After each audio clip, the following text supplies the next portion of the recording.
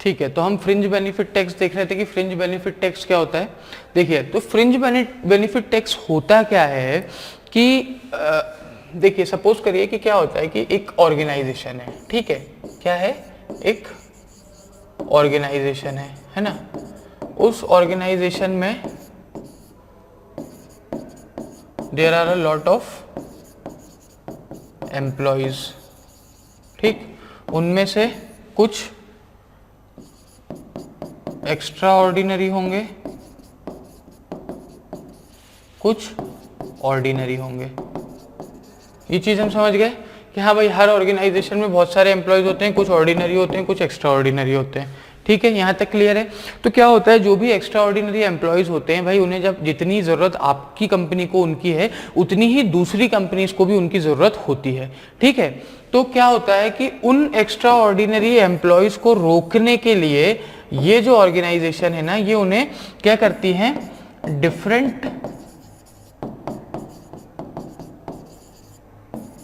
Different kinds of benefits provide करती हैं। क्या प्रोवाइड करती हैं, different kind of benefits provide करती हैं। समझ गए यहां तक हम बात। ठीक है, तो जब वो उन्हें different kind of benefit provide करती हैं सिर्फ उन्हें अपनी कंपनी में रोकने के लिए, तो ये जो बेनिफिट प्रोवाइड करती है ना, इन बेनिफिट पे जो टैक्स लगता है वो टैक्स कौन पे करती है, कंपनी पे करती है। उसको क्या बोलते हैं, उसको हम बोलते हैं फ्रिंज बेनिफिट टैक्स। क्या बोलते हैं, फ्रिंज बेनिफिट टैक्स। तो कौन पे करता है, एम्प्लॉयर पे करता है। ये चीज तो हम समझ गए। तो ये जो पेड बाय अ पर्सन है ये एलिमिनेट हो जाएगा, और ये paid by a member of schedule caste schedule tribe भी एलिमिनेट हो जाएगा। अब दो बचे हैं। पहला बोल रहा है paid by an employer in respect of the fringe benefit provided और deemed to have been provided by an employer to his employee, paid by an employer for the benefits which he enjoys. तो यहाँ पे सिर्फ fringe benefit के लिए ही fringe benefit tax दिया जाता है, सभी तरीके के बेनिफिट के लिए नहीं दिया जाता है। ठीक है, तो ये ए वाला जो ऑप्शन है हमारा सही हो जाएगा, और हमारा आंसर क्या हो जाएगा, हमारा आंसर हो जाएगा कि paid fringe benefit tax is a tax which is paid by an employer in respect of the fringe benefit provided और deemed to have been provided by an employer to his employee. Clear है यहां तक बात, कोई दिक्कत कोई परेशानी किसी भी तरीके की नहीं है। चलिए, अगर नहीं है तो हम आगे बढ़ते हैं। ठीक है, question number 13, which of the following is not true about a criminal proceeding. Criminal जो प्रोसीडिंग है, ठीक, उसके बारे में क्या क्या चीजें ट्रू हैं ये हमसे पूछा जा रहा है। ठीक, तो बोला जा रहा है पहला कि the court may ask to pay a fine, the court may order the transfer of the ownership of the property, there is prosecution, the court may discharge an accused. ठीक, तो देखिए इसमें होता क्या है कि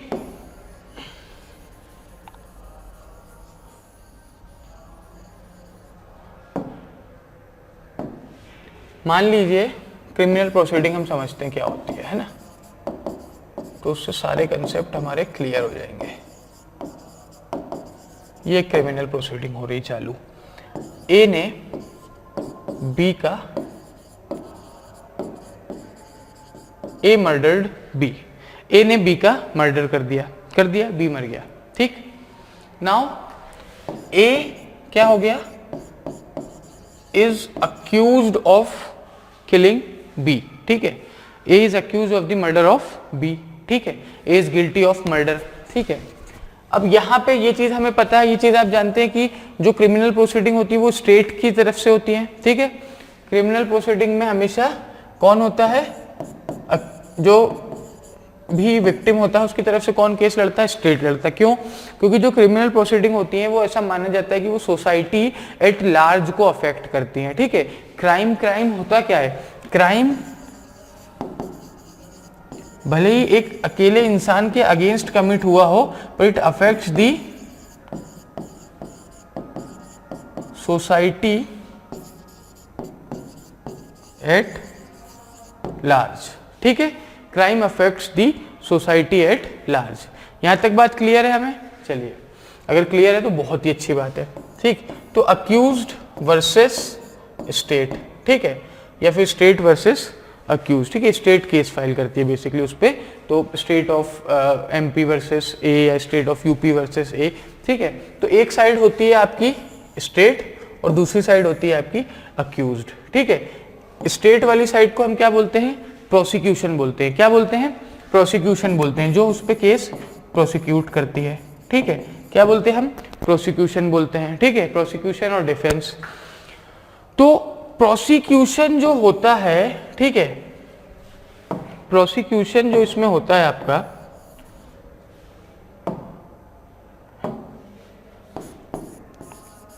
क्या बोलते हैं, एक साइड को हम प्रोसिक्यूशन बोलते हैं। समझ गए इतनी बात हम। तो प्रोसिक्यूशन होता है तो ये चीज तो एग्जिस्ट करती है। ऑप्शन सी आपका एग्जिस्ट करता है। ऑप्शन सी क्या बोल रहा है कि देयर इज अ प्रोसिक्यूशन। तो भाई हाँ बिल्कुल वहां पे एक प्रोसिक्यूशन होता है, तो ऑप्शन सी हमारा सही हो गया, ठीक। अब ए, बी और डी में से हमें देखना है कि कौन सा गलत है, ठीक है। तो उसके लिए जब हम आगे बढ़ते हैं तो हम देखते हैं कि क्या होता है, ठीक है। अब यहाँ पे केस चलेगा, ठीक, प्रोसिक्यूशन अपनी बातें रखेगा, डिफेंस अपनी बातें रखेगा, ठीक है। विटनेस आएंगे, है ना, उसके बाद क्या कहते हैं आपके एविडेंस आएंगे, है ना, समन किया जाएगा लोगों को, सारी चीजें होंगी, सब हियरिंग वेयरिंग करके, फाइनल हियरिंग करके एक जजमेंट आएगा। क्या आएगा, जजमेंट आएगा, ठीक है, जजमेंट आएगा। अब जजमेंट के दो जो है आउटकम हो सकते हैं। वो आउटकम क्या हो सकते हैं, पहला आउटकम हो सकता है कि जो अक्यूज्ड है वो नॉट गिल्टी भी हो सकता है। क्या हो सकता है, नॉट गिल्टी, मतलब कि भाई हो सकता है ए ने बी का मर्डर किया ही ना हो, तो वो गिल्टी फाउंड नहीं हुआ। तो अगर वो गिल्टी फाउंड नहीं हुआ तो कोर्ट क्या करेगा, कोर्ट उसे डिस्चार्ज कर देगा। क्या कर देगा, कोर्ट विल डिस्चार्ज दी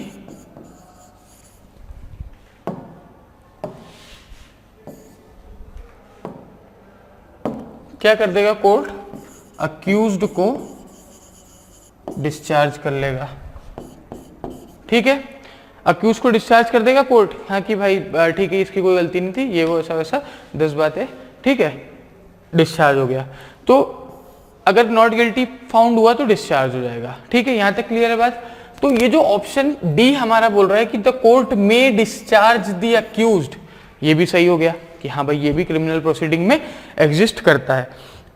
अब आपके पास दो चीजें बची है, the court may ask to pay a fine या the court may order the transfer of the ownership of the property, ठीक है। यहां तक हम बात समझ गए। तो अब देखिए, अब अगर वो गिल्टी हुआ, कैसा हुआ, गिल्टी हुआ, ठीक। अब वो पहली बार में तो वो नॉट गिल्टी हुआ था, दूसरी बार में वो गिल्टी हो गया। तो जब वो गिल्टी होता है ना, तो गिल्टी होने पे क्या होता है उसको हम समझते हैं। देखिए, जब कोई इंसान गिल्टी पाया जाता है तो दो तरीके के पनिशमेंट होती हैं। क्या होती है, पहला होता है फाइन, दूसरी होती है, दूसरा क्या होता है, जेल लिख देता हूं, ठीक है, यहाँ पे जगह नहीं है, वैसे होता क्या है, इम्प्रिजनमेंट, ठीक है। फाइन और इम्प्रिजनमेंट, ठीक है, दो तरीके की सजा होती है। और एक तीसरी तरीके की सजा होती है, उसको क्या बोलते हैं हम, बोथ, ठीक। अब आप बोलेंगे कि बोथ कौन सी सजा होती है, तो बोथ मतलब कि इसमें फाइन भी लगे और जेल भी जाना पड़े, ठीक है। तो या तो फाइन होगा या जेल होगा या बोथ होगा, ठीक। लेकिन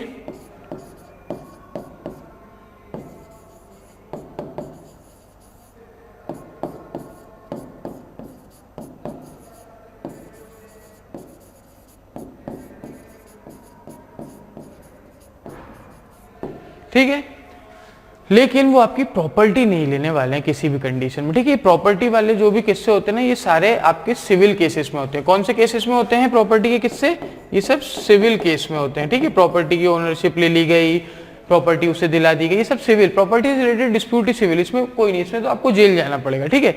जेल की चक्की पीसना पड़ेगा, वो जेल की रोटी खाना पड़ेगा, वो आपने गाना गाया होगा बचपन में, तो बस वही बिल्कुल करना पड़ता है। तो यहां पे हमने क्या देखा कि भाई court may ask to pay a fine, बिल्कुल कोर्ट फाइन भी भरने को बोल सकता है।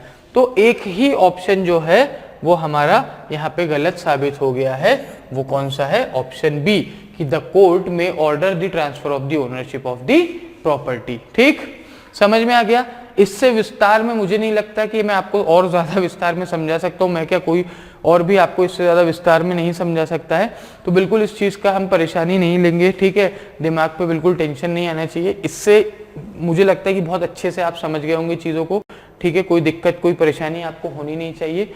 चलिए तो आगे बढ़ते हैं और देखते हैं अगला क्वेश्चन, जिसका नाम है क्वेश्चन नंबर 40, ठीक है। In Ram versus Shyam Ram can not be a, ठीक है, राम वर्सेस श्याम में राम क्या नहीं हो सकता है, ठीक।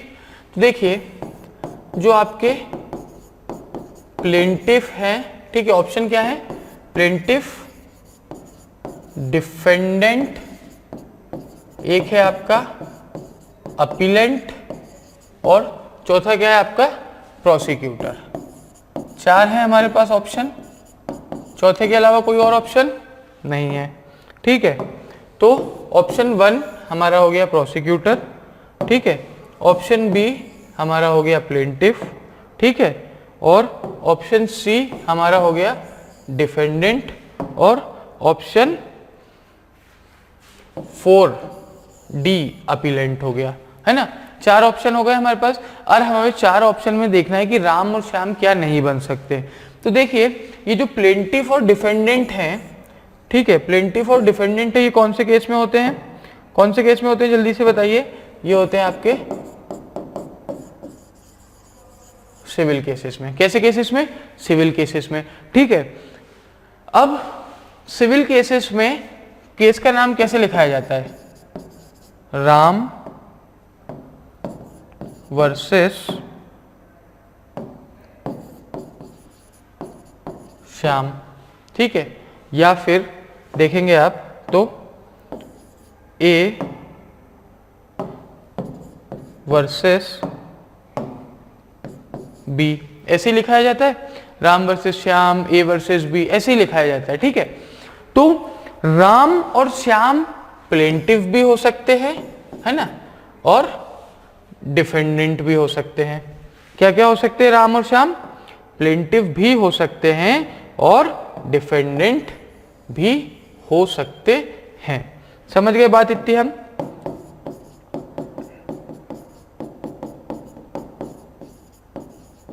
ठीक है। तो राम और श्याम आपके प्लेंटिव और डिफेंडेंट दोनों हो सकते हैं, ठीक। अब बात बचती है अपीलेंट और प्रोसिक्यूटर की। किस किस की बात बचती है, अपीलेंट की और प्रोसिक्यूटर की। भाई अपीलेंट हो सकते हैं कि नहीं हो सकते, और प्रोसिक्यूटर हो सकते हैं कि नहीं हो सकते हैं, ठीक है। तो देखिए राम और श्याम क्या हो सकते हैं, ये चीज हम समझ गए यहाँ पे, ठीक है। तो 2 ऑप्शन आपके जो हैं प्लेंटिफ और डिफेंडेंट के वो हट गए, ठीक है। ये दोनों चीजें हो सकती हैं, ठीक है, ये प्लेंटिफ भी हो सकते हैं, ये डिफेंडेंट भी हो सकते हैं। इतनी बात हम समझ गए, ठीक है। इसमें हमें कोई अब कंफ्यूजन नहीं बचा है। अब बचे हैं अपीलेंट और प्रोसिक्यूटर, ठीक है। तो देखिए अपीलेंट क्या होता है, पहले इस चीज को समझते हैं, ठीक है। पहले हम समझ लेते हैं कि अपीलेंट होता क्या है। तो अपीलेंट क्या होता है, one who files an appeal, ठीक है, against the order of the court, ठीक है। एक आदमी जो कोर्ट के ऑर्डर के अगेंस्ट अपील फाइल करता है, अपील करता है, उसे कहते हैं अपीलेंट, ठीक।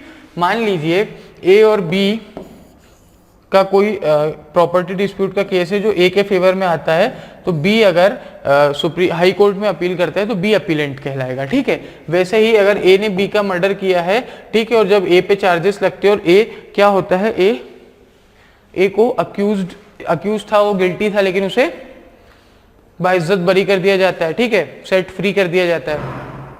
तो उसके खिलाफ जब अपील होगी तो अपीलेंट कौन कहलाएगा, अपीलेंट उसके अगेंस्ट में जो भी स्टेट केस लड़ रही होगी वो कहलाएगी, ठीक है। तो अपीलेंट भी राम और श्याम हो सकते हैं, ये बात हम समझ गए, है ना। राम और श्याम अपीलेंट भी हो सकते हैं। तो राम और श्याम क्या नहीं हो सकते हैं, वो है प्रोसिक्यूटर। हमारा आंसर क्या है, हमारा आंसर है कि राम और श्याम प्रोसिक्यूटर नहीं हो सकते हैं। तो भाई जब राम और श्याम, क्वेश्चन ये आता है कि जब राम और श्याम प्लेंटिफ हो सकते हैं, डिफेंडेंट हो सकते हैं, अपीलेंट हो सकते हैं, तो राम और श्याम प्रोसिक्यूटर क्यों नहीं हो सकते हैं? ठीक है, तो अभी पिछले क्वेश्चन में ही हमने बात की थी कि प्रोसिक्यूटर कौन से केस में होते हैं। प्रोसिक्यूटर आपके होते हैं क्रिमिनल केस में, ठीक है, इतना हम जानते हैं। प्रोसिक्यूटर क्रिमिनल केस में होते हैं। और प्रोसिक्यूटर कौन होते हैं? वो होते हैं जिनके अगेंस्ट क्राइम कमिट हुआ होता है, ठीक है। और जिनके अगेंस्ट क्राइम कमिट हुआ होता है वो कभी केस करते हैं? नहीं करते। उनके बिहाफ पे कौन करता है? स्टेट करता है। तो प्रोसिक्यूटर कौन होती है? स्टेट होती है ना। तो इसलिए राम और श्याम प्रोसिक्यूटर नहीं हो सकते। बात खत्म, बात समझ में आई, ठीक है, कोई परेशानी नहीं होगी इसमें आपको। आई होप सारी चीजें बहुत अच्छे से समझ में आ गई होंगी, ठीक। चलिए तो आगे बढ़ते हैं और नेक्स्ट क्वेश्चन देखते हैं। तो नेक्स्ट क्वेश्चन हमारा है क्वेश्चन नंबर 15, और क्वेश्चन नंबर 15 क्या कह रहा है कि सीआरपीसी का मतलब क्या होता है। क्या कह रहा है? सीआरपीसी का मतलब क्या होता है। तो देखिए हमारे पास कुछ एब्रीविएशंस हैं। एक है सीआरपीसी, ठीक है, दूसरा है सीपीसी, ठीक है ना, तीसरा है आईपीसी, है ना, चौथा है टीपीए, ठीक। ये 3-4 हैं जो मतलब मेजर एक्ट्स हैं, ठीक है। इनको मैं आपको बता देता हूँ कि इनके भाई जो क्या कहते हैं एब्रीविएशंस जो है इनके फुल फॉर्म क्या होते हैं, तो ये आपको लॉन्ग टर्म में काम आएंगे, ठीक है। कहीं पे भी इनका फुल फॉर्म पूछा जाए तो आपको पता होना चाहिए। तो देखिए जब हम बात करते हैं सीपीसी की, ठीक है, तो वो क्या होता है, उसका मतलब होता है, सीपीसी का मतलब क्या होता है? सीपीसी का मतलब होता है सिविल प्रोसीजर कोड। क्या होता है? सिविल प्रोसीजर कोड, ठीक। फिर जब हम बात करते हैं किसकी? आईपीसी की, तो आईपीसी का मतलब होता है इंडियन पीनल कोड, ठीक है ना। क्लियर है बात यहां तक? फिर जब हम बात करते हैं टीपीए की, तो उसका मतलब होता है ट्रांसफर ऑफ प्रॉपर्टी एक्ट, ठीक। और जब हम चौथी बात करते हैं सीआरपीसी की, किसकी? सीआरपीसी की, तो उसका मतलब होता है क्रिमिनल। सीआर का मतलब क्या हुआ? क्रिमिनल। पी का मतलब क्या हुआ? प्रोसीजर। और कोड का मतलब क्या हुआ? सी, यानी कि सी का मतलब हुआ कोड, ठीक है। समझ गए? बात क्लियर है? तो हमारा जो क्वेश्चन है वो क्या है? सीआर पी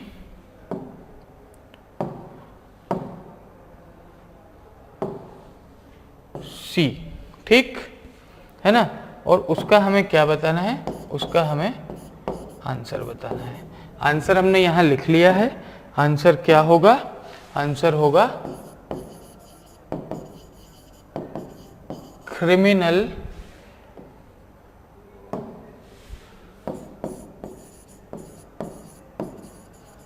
प्रोसीजर, है ना, क्रिमिनल प्रोसीजर। और आखिरी क्या होगा? जल्दी से बोलेंगे, क्रिमिनल प्रोसीजर कोड, ठीक है। बिल्कुल, ये 4-5 जो एब्रीविएशंस इनको हम बहुत अच्छे से याद कर लेंगे, कोई दिक्कत नहीं होनी चाहिए। तो ऑप्शंस क्या है हमारे पास? Criminal proceeding code, criminal proceedings code, है ना, यहाँ पे कोड है, यहाँ पे कोर्ट है, क्राइम प्रिवेंशन कोड या क्रिमिनल प्रोसीजर कोड। तो हमारा आंसर क्या है? हमारा आंसर है डी। अच्छा, प्रोसीजर कोड इसे क्यों कहा जाता है कि देखिए आईपीसी जो है ना, आईपीसी एक तरीके से क्या होता है? सब्सटेंटिव लॉ है। कैसा लॉ है? सब्सटेंटिव लॉ है। ये क्या बताता है? ये बताता है कि कौन से एक्ट क्राइम है, ठीक है। ये बेसिकली हमें बताता है कि व्हाट इज अ क्राइम, ठीक है। और उनकी पनिशमेंट हमें बताता है। क्या बताता है?